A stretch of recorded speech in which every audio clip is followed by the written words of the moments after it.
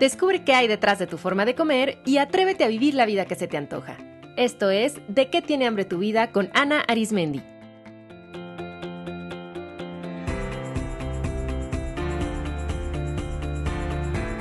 Este es el episodio 221, Apoyar a un ser querido con un trastorno alimenticio, con María Casas.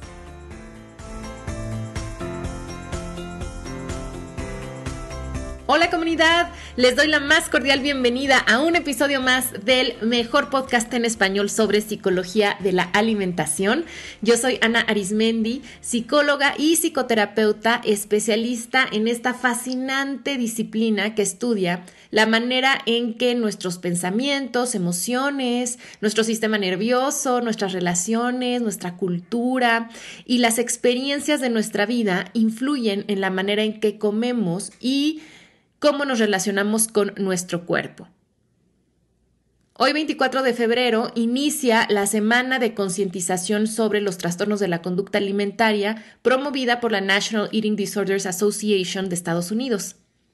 Apoyando esta campaña, hoy hablaremos en el podcast sobre cómo apoyar a un ser querido con un trastorno alimenticio. En este episodio no nos detendremos a explicar cada uno de los trastornos alimenticios, pues eso ya lo abordé a detalle en el episodio 186. Ahí les hablé de los 3 trastornos alimenticios principales, que son anorexia, bulimia y trastorno por atracón, sus características y signos de alerta. En este programa vamos a hablar sobre cómo apoyar de manera realmente útil y amorosa a un ser querido que vive con un trastorno alimenticio. Para hablar de este tema nos acompaña María Casas, coordinadora de la unidad especializada en trastornos de la conducta alimentaria del Centro de Atención Psicológica Light On. María es divulgadora del tema en diversos medios de comunicación como Radio Nacional de España y es autora del libro Niños Perdidos, una novela autobiográfica sobre los trastornos alimenticios, y coautora del libro Todo sobre los trastornos de la conducta alimentaria, una mirada desde la esperanza. Que disfruten la entrevista. Hola María, bienvenida al podcast. Muchas gracias por acompañarnos. Gracias a ti, me hace muchísima ilusión. María, muchas veces cuando hablamos sobre trastornos alimenticios nos centramos en la persona que los vive, lo cual es totalmente lógico. Sin embargo, quienes también necesitan mucho apoyo y recursos son las personas que los acompañan, como familiares, la pareja, amigos, maestros. Así que este programa está dedicado a ellos. Y yo creo que un recurso fundamental cuando queremos apoyar a alguien es educarnos sobre el tema. Así es que me gustaría que comenzáramos hablando sobre cuáles son esos signos de alerta para considerar que a un ser querido quizá está pasando por una relación conflictiva con la comida, que está en riesgo de desarrollar un trastorno alimenticio o que quizá plenamente ya está demostrando síntomas del mismo. Sí, pues efectivamente coincido en lo que dices, ¿no? Es importantísimo la información sobre estas enfermedades, ya que de lo contrario, lejos de ayudar, pues conseguimos el efecto contrario, ¿no? Son patologías sobre las que hay muchísima desinformación y es fundamental y de verdad te felicito por el programa que llevas a cabo, porque es necesario hablar de estas enfermedades, conocer el corazón de la enfermedad, porque solo desde ahí es como vamos a poder ayudar. Algunas señales que nos pueden hacer pensar que un ser querido está pasando por un trastorno alimentario o bien es una persona que está en riesgo podría ser cuando identificamos que ha cambiado el patrón alimentario, cuando vemos que son personas, también puede darse en personas con una personalidad muy perfeccionista o muy ansiosa. Podemos también identificarlo en personas que muestran, que idealizan a personas que cumplen un determinado canon de belleza, ¿no? Un determinado cuerpo, ¿no? Tienen por ejemplo, personas muy delgadas. O bueno, ahora estamos en una etapa en donde también se tiene en cuenta a lo mejor no personas tan delgadas, pero estamos pasando a que tenemos que cumplir un cuerpo determinado, a lo mejor más musculoso, pero que al final genera un sufrimiento tremendo. También cuando observamos que son personas que están contando calorías, que hacen ejercicio en exceso, pero no como una forma de conectar con el cuerpo, el hecho del ejercicio, sino desde una necesidad de encajar con una demanda social. Entonces, bueno, serían algunas de las señales que nos pueden hacer sospechar que una persona puede estar pasando por un trastorno alimentario, aunque hay otras muchísimas. Sí, creo que esas son las principales. Me gustaría también agregar que también algunos signos que se podrían observar son cambios en el arreglo personal. Por Ujú. ejemplo, que de pronto, no sé, una persona que comúnmente utilizaba vestido y ahora ya no usa vestido, o que Sí. empiece a cambiar ahora a utilizar ropa muchísimo más holgada, o cambios que se noten en la apariencia. También, por ejemplo, cambios en el rendimiento escolar o laboral. Ujú. Entonces, que Así de es. pronto haya una caída en las calificaciones o que haya ausentismo, que empiece a haber problemas en el trabajo. Ujú. También muchos cambios en el estado de ánimo. Así es. Creo que tú estarás de acuerdo conmigo que también que se note que haya más irritabilidad Ujú. o que haya algún tipo de sensibilidad especial.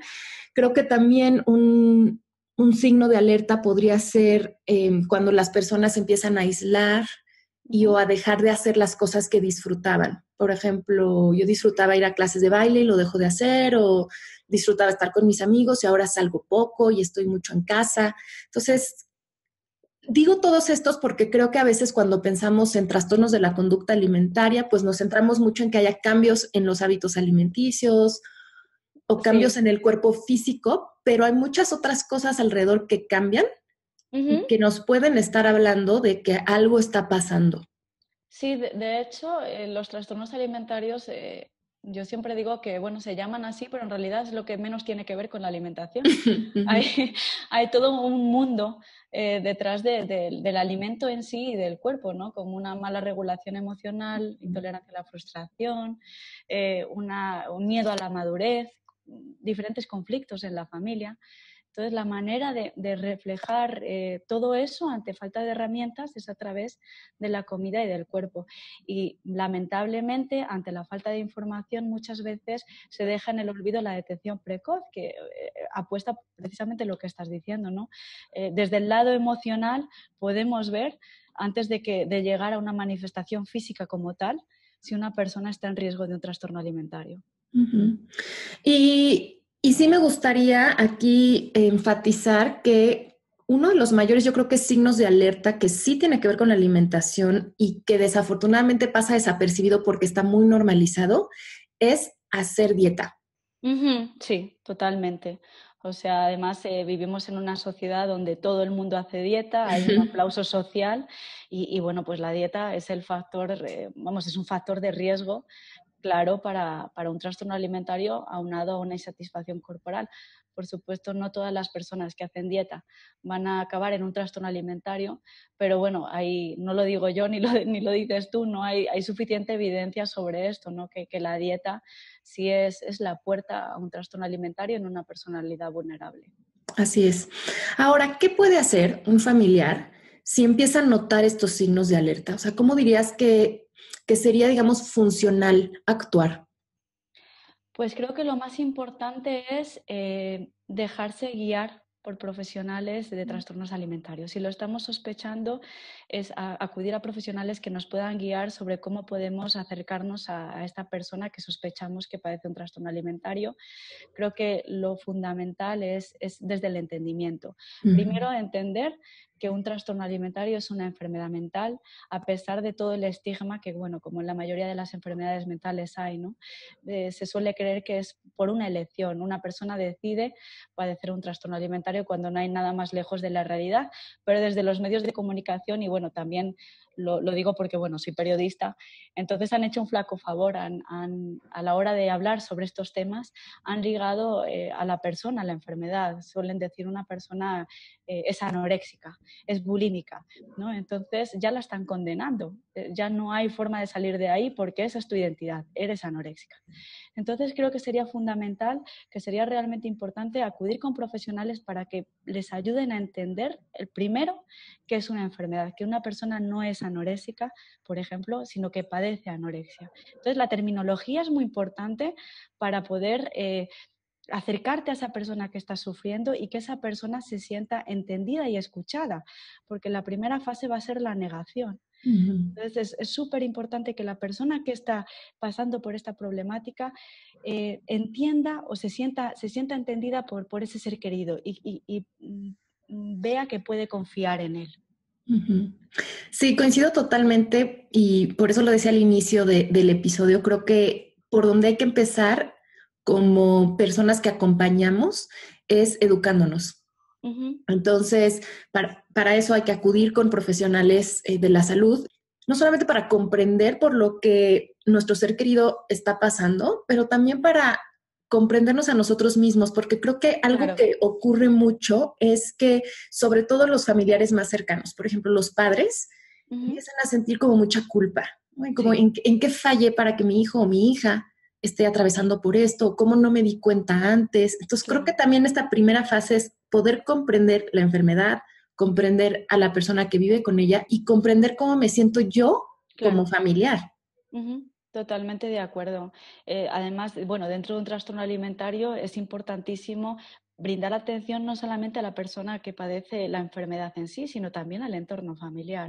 ¿Por qué? Porque son enfermedades multifactoriales en los que la familia, claro, también sufre, como es normal, ¿no? Provoca el llamado efecto dominó, que una pieza tira a las demás. Entonces, es importante, primero, como bien dices, comprender qué es la enfermedad, comprender la magnitud de la enfermedad. Es realmente complejo y por eso insisto en la importancia de acudir a profesionales en trastornos alimentarios, porque muchas veces también ante la ignorancia, que también es comprensible, social, sobre estas temáticas, pues acudimos a libros de autoayuda, acudimos al vecino, vamos a un psicólogo, pero es una enfermedad que requiere un tratamiento multidisciplinar y entonces va a ser fundamental la presencia de un psicólogo especializado en trastornos alimentarios, pero también de un nutriólogo especializado en TCA, de un médico internista, de un psiquiatra, en fin, ¿no? Una serie de profesionales que vayan de la mano, porque eso de verdad también es muy importante,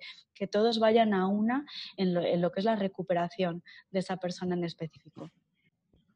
Y ahora que decías que los trastornos alimenticios, bueno, se manifiestan de manera como evidente y tangible a través de la conducta alimentaria, pero de fondo hay muchas otras cosas como esta incapacidad de gestionar las emociones. Generalmente hay experiencias traumáticas sin sanar, muchas veces hay una sensación de no me siento segura en mi dinámica familiar.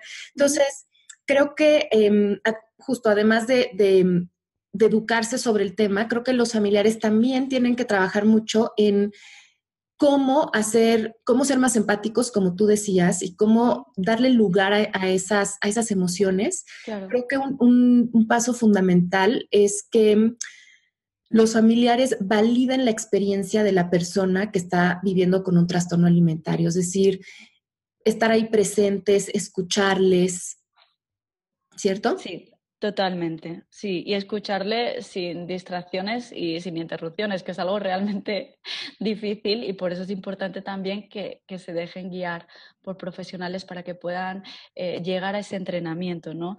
Que podamos acercarnos desde frases que pueden ayudar como, pues eso, validar las emociones, ¿no? Oye, está bien sentirte así, te entiendo, no tienes que hacer como que no pasa nada. Sí, yo entiendo que estás sufriendo y entiendo que estás pasándolo mal. Entonces, o gracias por confiar en mí y por expresar lo que estás sintiendo, lo que estás necesitando. Es realmente importante la empatía y es fundamental, la verdad, inculcar la empatía y más en la sociedad actual, que de verdad siento que falta mucho. Y de ahí las noticias que escuchamos día tras día, ¿no? Creo que es importantísimo el papel de las emociones y es una lástima que todavía, a pesar de los hechos, no seamos conscientes del poder que tienen en diferentes campos de nuestra vida. Por supuesto en el personal, pero que al final ese crecimiento que nos dan las emociones cuando hay un buen manejo se va a manifestar en otros ámbitos. Sí, y creo que algo que pasa mucho con los familiares es que a veces también es natural que sientan mucha ansiedad o se sientan abrumados porque sienten que lo tienen que resolver. Claro. o que tendrían que saber qué hacer. Y Ujú. creo que también es aceptar como familiar el no sé qué hacer, Claro. me siento confundido, me siento abrumado, Ujú. pero que aún así, aún sin saber qué hacer, se puede acompañar a la persona. O sea, no necesitas ser un experto, no necesitas Claro, por ahora entender todo, sino claro. simplemente acompañar. Con eso estás ayudando mucho. Y me gustaría que nos explicaras, María, qué significa realmente acompañar. Claro, pues acompañar es estar de una forma presente al lado de nuestro ser querido, de una forma que no culpe, que no juzgue, que no se enoje. Es realmente complejo porque es como un delfín, ¿no? De vez en cuando Mm, empujando, de vez en cuando, bueno, estando atrás de esa persona. Es un término medio, ¿no? Yo, cuando vienen los padres de familia a Huesca, yo les suelo decir firmeza con la enfermedad y amor y compasión con la persona. mm, Pero llegar a entender eso requiere de un entrenamiento y requiere de tiempo y requiere de paciencia. Y como bien dices, y como también es normal, cuando llegan los padres de familia, llegan pues con la mirada rota, ¿no? Con una sonrisa forzada, tratando de aparentar que todo está bien, pero realmente vienen rotos como es normal porque están viendo sufrir a sus hijos, porque están sufriendo muchísimos ellos, porque como papás, y yo soy mamá y lo puedo entender perfectamente, dices, ¿en qué momento se me ha ido de las manos? ¿Cómo no he sido, cómo no lo he visto antes? ¿Cómo es posible que no sepa qué hacer para ayudarle, ¿no? Entonces, es importante entender primero que no son culpables, porque también nos han vendido mucha información con esto de que la familia es culpable ujú, y es totalmente un mito. Al contrario, la familia es un aliado de oro en la recuperación. Y van a ser la luz en los momentos de sombra de esa persona que se sienta perdida. Gracias a que ellos puedan mantener la esperanza, esa persona va a ir tirando para adelante, pero la persona afectada por un trastorno alimentario, de verdad que para él la familia es un pilar fundamental y es una apuesta, y desde Huesca, bueno, de acuerdo también a la literatura que hay sobre estos temas, apostamos por la familia y bueno, les inculcamos la importancia de que estén presentes, que obviamente va a haber momentos en los que se van a desesperar porque es normal y también es normal validar esa emoción, ¿sí? ujú. Pero es necesario, como digo, pues eso, que acudan, y soy muy pesada con esto y lo sé, pero de verdad que acudan a profesionales porque llevar un trastorno alimentario por cuenta propia, ¿no? Es realmente complejo. Es muy difícil salir de un trastorno alimentario y también lo digo porque, bueno, yo pasé por un trastorno alimentario, ¿no? Entonces también sé de lo que hablo. Ujú. Es fundamental confiar en los profesionales, eso es importantísimo, hacer clic con el profesional y dejarnos guiar, manifestándole, por supuesto, nuestros miedos, llorando si es necesario, porque también es importante el llorar, el demostrar la tristeza. Antes mencionabas algo muy importante referente a estos temas, ¿no? Tratamos de ocultar muchas veces las emociones negativas, como si no pudiéramos estar tristes, como si no pudiéramos decir abiertamente que estamos sufriendo, que no sabemos cómo manejar el trastorno alimentario de nuestro ser querido. Creo que es importante sacar a la luz todas estas emociones para poder sanarlas. Ujú. Y creo que aquí también una estrategia muy poderosa es entender que como familiares o personas que acompañan, es necesario que ustedes también reciban tratamiento, ¿no? Lo que tú decías, o Ujú. sea, Sí, darse también a ellos mismos un espacio para claro, poder expresar puede ser con un profesional o con un grupo de apoyo. Afortunadamente hay muchos grupos de apoyo ujú, para que ellos puedan decir cómo se sienten, para que puedan sacar claro, su frustración, su miedo, para que puedan ir aprendiendo todas estas herramientas de acompañamiento. totalmente. Entonces, de pronto, como el tratamiento se centra mucho en la persona que está presentando los síntomas del trastorno alimenticio, las demás como que nada más están ahí casi, casi que viendo, ¿no? Sí, sí. Y ellas también necesitan un espacio, o sea, para poderlo trabajar. Y creo que también algo importante es que los familiares no deben olvidarse de su autocuidado. Ujú. Sí, totalmente. Porque muchas veces el trastorno alimenticio se vuelve como tan absorbente y todo empieza a girar en torno a ello, que también los familiares dejan de hacer las cosas que les gustaba hacer, empieza a bajar su rendimiento laboral, también obviamente cambia su estado de ánimo.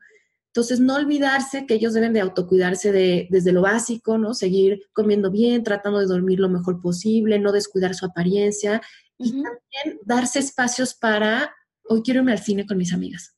Claro, Hoy totalmente. no quiero hablar de nada que tenga que ver con este tema. Claro, y es que es normal. Es Ujú. normal porque además la enfermedad consigue con mucha facilidad que todo gire en torno a ella. Y la familia a veces también desde el amor, pues también se ven ahogados en ese sentimiento. Y es que vaya, lo veo totalmente normal porque ves a tu hijo, a tu hija, a tu madre, a tu padre, ¿no? Porque se dan todas las edades, con indiferencia de sexo, que estás sufriendo y de alguna manera es complejo el desligarte de ese sufrimiento, pero es necesario, como tú dices, estar bien para poder cuidar a otras personas. O sea, si la familia enferma, es complejo, es difícil el cuidar de una persona que también está enferma. Entonces, al final, los dos acaban ahí en un huracán del que es muy difícil salir.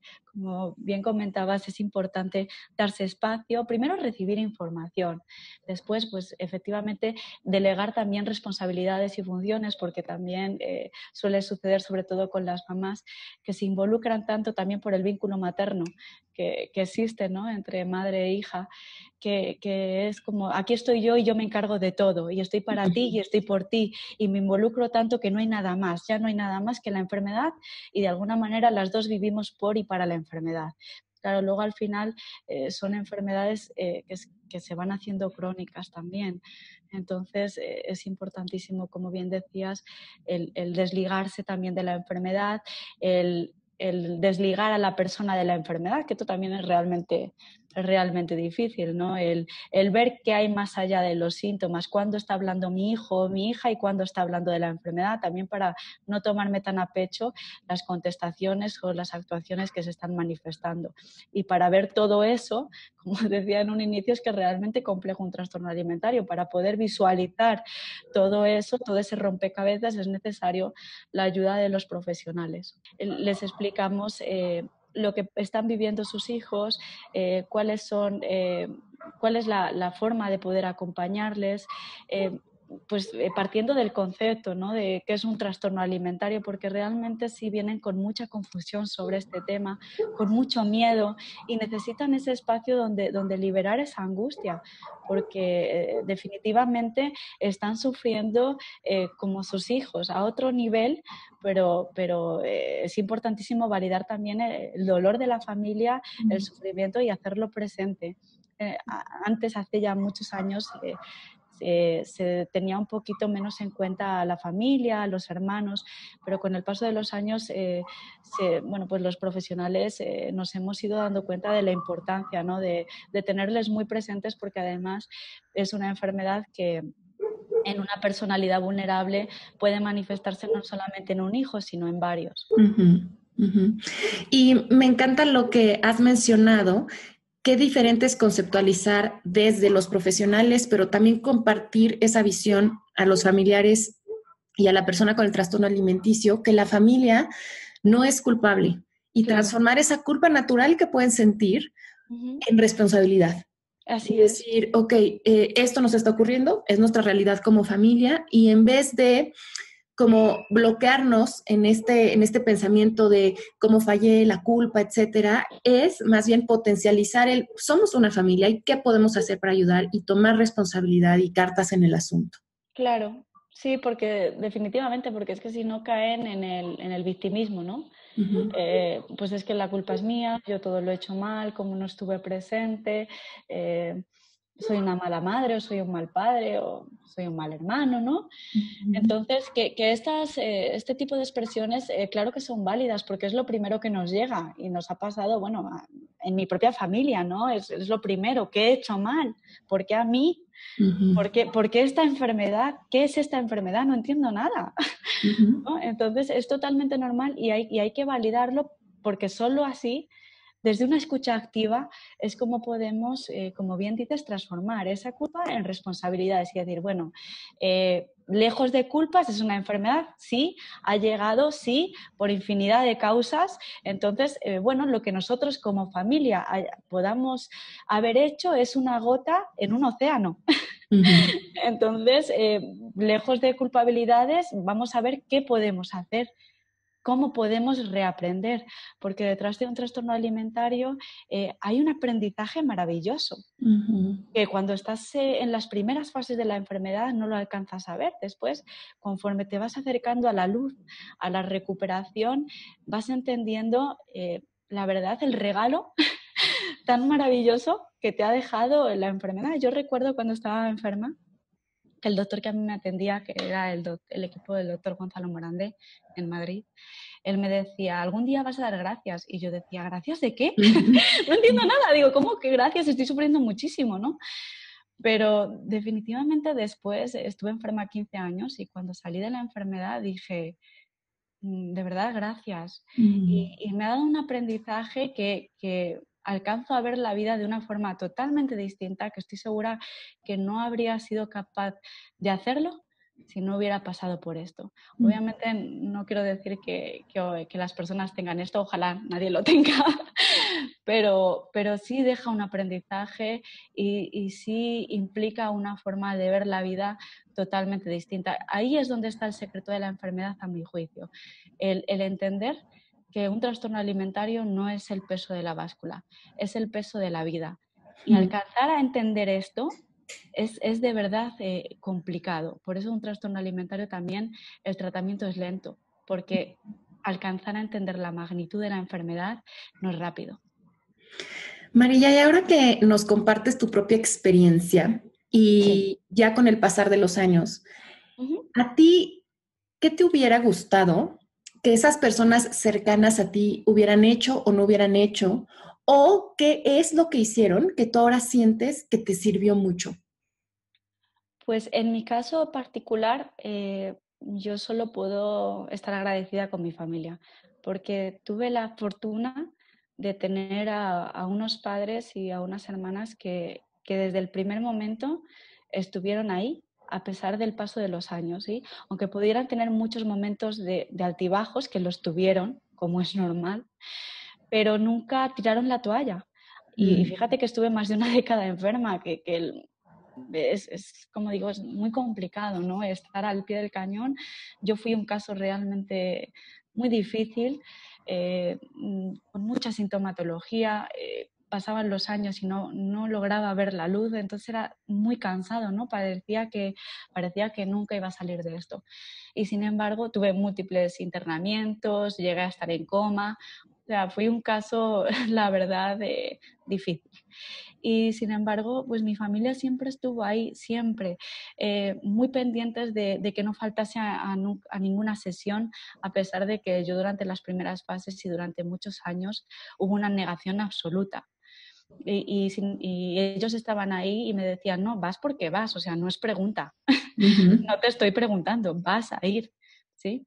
Entonces es algo que durante muchos años me costó entender el por qué lo estaban haciendo. Al principio yo decía, estaba enfadada con ellos, ¿no? La enfermedad pasa por diferentes fases y una negación, y al principio en esa negación hay enfados, hay culpas. Una persona afectada por un trastorno alimentario piensa que ella o él está bien y todos los demás son los que están mal. Entonces, me ayudó muchísimo eso, el que mi familia se dejase guiar por profesionales, ciegamente, ¿sabes? Desde lo más profundo de su corazón, se confiasen en ellos. Y eso me hizo en algún momento también a mí despertar y confiar. Y creo que algo que sobresale de lo que has dicho es este acompañar como esta presencia cuando decías no tiras la toalla. O sea, ahí estoy ahí, estés de buenas, de malas, grites, Sí. llores, estés feliz, a Sí. estar ahí. Creo que también un componente importante que no habíamos dicho del acompañamiento es la paciencia. O sea, Totalmente. es entender que esto es un proceso, que tomará el tiempo que tenga que tomar y ser paciente. O sea, entender que pues que no se va a resolver de la noche a la mañana en la mayoría de los Claro. casos. Entonces, ser pacientes, yo creo que tanto con el proceso mismo con nuestro ser querido y pacientes con nosotros mismos. Porque también es natural que en el cuidador principal venga de pronto mucha desesperación, venga el querer que esto se termine ya, creer que es injusto, o sea, ay, a mí esto también me está interrumpiendo mi propia vida. Entonces también como que creo que ser pacientes con nosotros mismos del lado de los cuidadores. Y algo que has dicho que también creo que es importante que los familiares deben de saber, que deben de ser firmes y tener claros sus límites. Totalmente, sí. Eso es muy importante, el que entiendan, pues sí, la importancia del amor y que no tiene nada que ver, o sea, no por ello eres menos amoroso, al contrario, es fundamental poner límites y decir hasta aquí, ¿sí? Y entiendo que lo estés pasando mal, pero no voy a permitir tampoco que me hables así, ¿sí?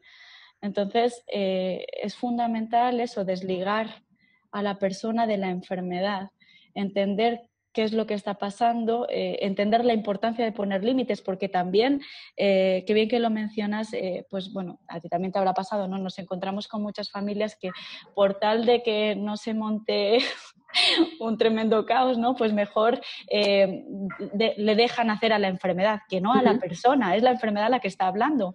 Pero como no saben cómo actuar y ante la falta de herramientas también la familia dicen, ay, prefiero que no me esté gritando, que no hable así, no quiero verla así sufrir, entonces mejor voy a dejarla que haga lo que quiera, ¿no? Pero en realidad ese haga lo que quiera es la enfermedad está haciendo lo que quiere, no la persona. La persona está gritando, por favor, ayúdame. ¿Sí? Claro, y entonces sin que sea su intención original, se vuelven también cómplices. Totalmente. Y ayudan a la enfermedad. Sí, claro, luego se convierte al final en un factor, ¿no? Mantenedor de la enfermedad. Por ejemplo, cuando nos encontramos con familias que dicen, bueno, pues que coma lo que ella quiera, al menos come. Pues estamos alimentando el síntoma, ¿sí? Y luego va a ser mucho más difícil reeducarla en el hábito alimentario, o personas que a lo mejor tienen compulsión en cuanto al ejercicio, ¿no? Pues bueno, que haga todo el ejercicio que quiera, ya está, porque si hace todo el ejercicio que quiere está más tranquila. Y yo siempre pregunto, ¿está haciendo el ejercicio que quiere ella o la enfermedad? Y le pregunto a la persona afectada también, ¿no? Y en ese momento le llevo a la reflexión y luego en algún momento de luz dice, no, pues es la enfermedad. Entonces es importante, ¿no? El poner límites, el seguir. Antes que me preguntabas sobre mi familia, ¿no? Pues seguían, vamos, al pie de la letra las pautas que daban los profesionales. ¿Sí? Y aunque eso implicaba que yo también me pusiera muchas veces como loca, ¿no? No yo, la enfermedad. Claro. Pero era necesario y las familias tienen que pasar por esas tormentas para que salga luego también el arco iris. Muchas familias dicen, ay, no, es demasiada lluvia, prefiero saltármelo, ¿no? Pero es fundamental el pasar por esos momentos de tensión, por esos momentos de enfado, por esos momentos de lidiar con emociones muy intensas, ¿no? Para después llegar a una estabilidad emocional, que es la que después da pie a la recuperación y se manifiesta, si es que todo va de la mano, conforme se van regulando las emociones, se van manifestando en la conducta alimentaria y en el cuerpo. Por eso decíamos en un inicio, Ana, que son trastornos alimentarios, sí, pero la alimentación definitivamente es lo que menos tiene que ver. Hay en el tratamiento hay algo que se maneja mucho con las familias, no sé si también ustedes ahí en Huetka lo manejes, que son las 3 Cs de la letra C, que a mí me gusta mucho compartirle a las familias que llegan, como decíamos, entre abrumadas porque de pronto hay como mucho que hacer y muchos cambios que hacer, ¿no? Sí. Y además culpables, y además se sienten responsables de yo debería de controlar esto, sobre todo cuando hablamos de padres a hijos, ¿no? Como que yo soy el adulto aquí, yo soy el padre, como que yo lo debería de controlar y además como que si fuera mi responsabilidad y mi única responsabilidad curar. Entonces, las 3 Cs dicen, tú no lo causaste, tú no lo controlas y tú no lo puedes curar. Y es así como un mantra que creo que a muchos familiares les puede ayudar comprenderlo y repetirlo como para soltar la culpa, para cambiar el control por el acompañamiento, que es muy distinto, porque el control viene de la desesperación, del miedo, y el acompañamiento, como decías, de tu familia, viene de la confianza. O sea, confío en los profesionales, confío en el proceso, confío en mi familiar, que mi familiar tiene la capacidad de salir de esto. Confío en nosotros como familia, y entonces suelto el miedo y el terror del control, y entonces viene la confianza. Y también no poderlo curar es en el sentido de que esto es un trabajo en equipo y no es mi única responsabilidad. Y no estoy solo yo aquí. Es responsabilidad de la persona con el trastorno, y estamos con los profesionales de la salud. Entonces, creo que eso también es algo que puede ayudar a quitar esta carga tremenda que a veces los familiares pueden estar cargando. Sí, sí, sí, coincido plenamente, ¿no? Es importante todo lo que has dicho, es algo que también trabajamos para que, como decíamos en un inicio, puedan delegar funciones, delegar responsabilidades y entender, ¿no? Pero una cosa es cuando nos lo cuentan y otra cosa es cuando lo hacemos nuestro. Claro. Y para hacer nuestro que no somos culpables, necesitamos un proceso y un acompañamiento, no solo los familiares, sino las personas que hemos pasado por un trastorno alimentario, que se encuentran inmersos en un trastorno alimentario.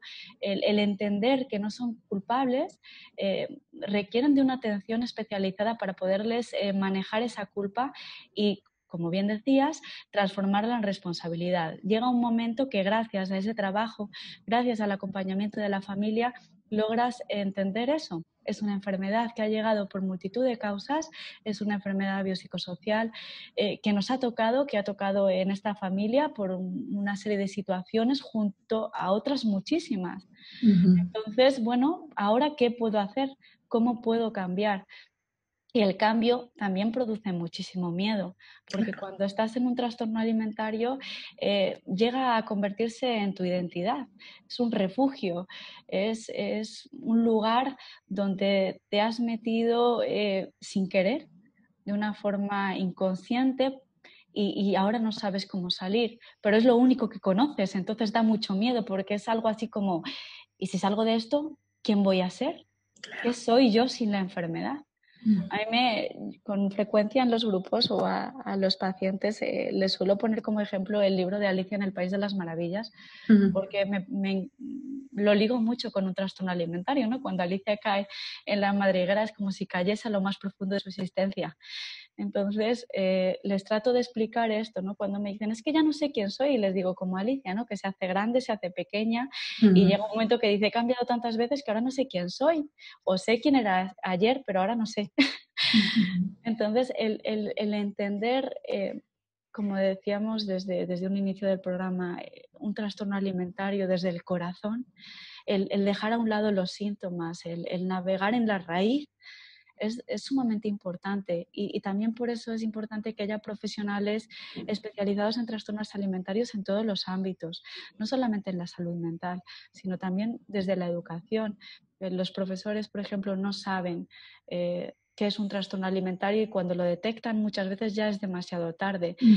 Yo recuerdo que hace poco fui a un colegio y me dijeron, no tenemos a ninguna persona que esté vomitando, ni a ninguna persona que esté muy delgada. Y yo dije, no, digo, si es que eso no es la enfermedad. Digo, si nos dais la oportunidad de capacitaros, vamos a poder detectarlo mucho más a tiempo y que no sea necesario llegar a ese punto, porque todavía se confunde incluso eso, ¿no? Una persona con anorexia es una persona esquelética, cuando no es cierto. O sea, puede llegar a un estado de un infrapeso tremendo o puede tener un normapeso y tener un trastorno alimentario, tener anorexia. Así es. Entonces, bueno, pues hay mucha ignorancia todavía. Y María, creo que algo que es lo principal que hemos estado enfatizando a lo largo del programa es el acercarnos a los especialistas. Entonces, me gustaría que nos platicaras de WEDCA, que, bueno, tú coordinas. Pues WEDCA nace pues, de un sueño, ¿no? Yo, como comentaba en un inicio, pasé por un trastorno alimentario durante muchísimo tiempo. Fui un caso muy delicado, sufrí mucho durante muchos años, vi cómo también sufría mi familia. Entonces, en los años en los que yo estaba enferma, pues pensaba, si yo logro salir de esto, me quiero formar y quiero ayudar a otras personas y tengo que hacer algo no solamente para ayudar a las personas afectadas, sino para apostar, para que detectar a tiempo, ¿no? Y también informar. Entonces, bueno, pues conseguí un equipo maravilloso que hace posible Huezca, que entre todos lo hacemos posible. Y bueno, pues estoy yo efectivamente como la coordinadora. Está una psicóloga que es especializada en TCA, que es Gabriela Aguilar. Contamos con 2 nutriólogas maravillosas. Es una doctora clínica, que es María Fernanda de la Huerta. También Cassandra Silva, un médico internista, también muy preparado en trastornos alimentarios, como es el doctor Méndez Fierro, y con un psiquiatra también que está súper involucrado en estas temáticas, que es el doctor Fernando Cano. ¿Y dónde podemos encontrar más información sobre la unidad especializada en trastornos de la conducta alimentaria? Se pueden encontrar a través de la página de Facebook Lighton, o si me quieren contactar a mí personalmente en Instagram en _ María Casas _ Gracias, María. Ya para finalizar, me gustaría pedirte si ahora con toda tu experiencia, tanto personal como profesional, pudieras darle un mensaje a los familiares, a los amigos que están acompañando a una persona con un trastorno alimenticio, ¿cuál sería? Pues mi mensaje sería que no pierdan la esperanza. Mm. A pesar del tiempo, a pesar de los años en algunos casos, que tengan fe en que se puede salir de un trastorno alimentario, que el porcentaje de superación es elevado siempre y cuando hay una atención adecuada, cuando está el apoyo de la familia, cuando está la propia lucha de la persona afectada. Y que de verdad merece la pena salir de este tipo de enfermedades, que les espera una vida más allá del espejo, más allá de la báscula, más allá de toda la sintomatología que encierra un trastorno alimentario, que me reitero, eso no es la enfermedad, y que ojalá se dejen ayudar, porque alguna vez yo lo hice y, y mereció la pena. O sea, empecé a disfrutar de la vida en el sentido más amplio de la palabra. Mm. Yo me quedo con lo que nos decías, que esta experiencia, por más dura que sea, y aunque no se pueda entender esto en el inicio del proceso, puede ser una experiencia que al final fortalezca a la familia, que Sí, se vuelva una gran fuente de aprendizaje, de unión, de cambio de totalmente. muchas cosas que en un inicio quizá la familia no se percataba que hacían daño dentro de la dinámica y que gracias a esto se pueden transformar, de soltar muchos patrones familiares heredados y de realmente convertir esto en una fuente de resiliencia para todos. Qué bonito. Sí, sí, es de verdad, yo lo digo con el corazón, pero es un aprendizaje maravilloso. Y hoy día estoy agradecida por haber pasado un trastorno alimentario y por haberlo superado, porque gracias a eso también soy la persona que hoy día soy. Y gracias a eso también toda mi familia hemos comenzado de nuevo y nos ha permitido trascender en muchos ámbitos desde el amor más limpio y más pulcro. Mi querida María, pues no te puedes ir de aquí sin responder las dos preguntas que siempre les hago a mis invitados. La primera es, ¿de qué tiene hambre tu vida en este momento? Pues de que tiene hambre mi vida tiene hambre de seguir disfrutando de la etapa que inicié cuando salí de la enfermedad y en la que continúo, que es disfrutar de las pequeñas cosas de la vida, que para mí al final son las más grandes. Los atardeceres, los paseos en soledad. eh, Cuando practico ejercicio, doy gracias continuamente a mi cuerpo por todo lo que ha sufrido, por continuar funcionando a pesar del daño que le pude ocasionar. El, Estoy hambrienta de eso, de seguir conectando con mi cuerpo, pero sobre todo con mi alma, y eso me permite pues ver la vida que antes me lo había impedido. ¿Y cuáles dirías que son tus formas favoritas de nutrir tu vida? Rodeándome de personas que me hacen vibrar el corazón, que me hacen vibrar el alma, personas en las que puedo ser yo en plenitud, no acudiendo a lugares donde algo dentro de mí me dice que no voy a ser bien recibida, eh, escuchándome constantemente, escuchando a mi cuerpo, escuchando mis necesidades, eh, ayudando a otras personas. También es algo que disfruto muchísimo, acercándome a personas que a lo mejor están sufriendo o necesitan ser escuchadas. Hace que me nutra. Yo creo que son los mayores alimentos para mí. Maravilloso. Pues María, muchísimas gracias por acompañarnos y compartir con nosotros y comunidad. Nos escuchamos la próxima semana con un nuevo episodio.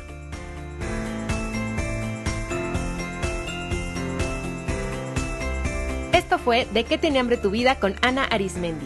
Para más información visita www.dequetienehambretuvida.com.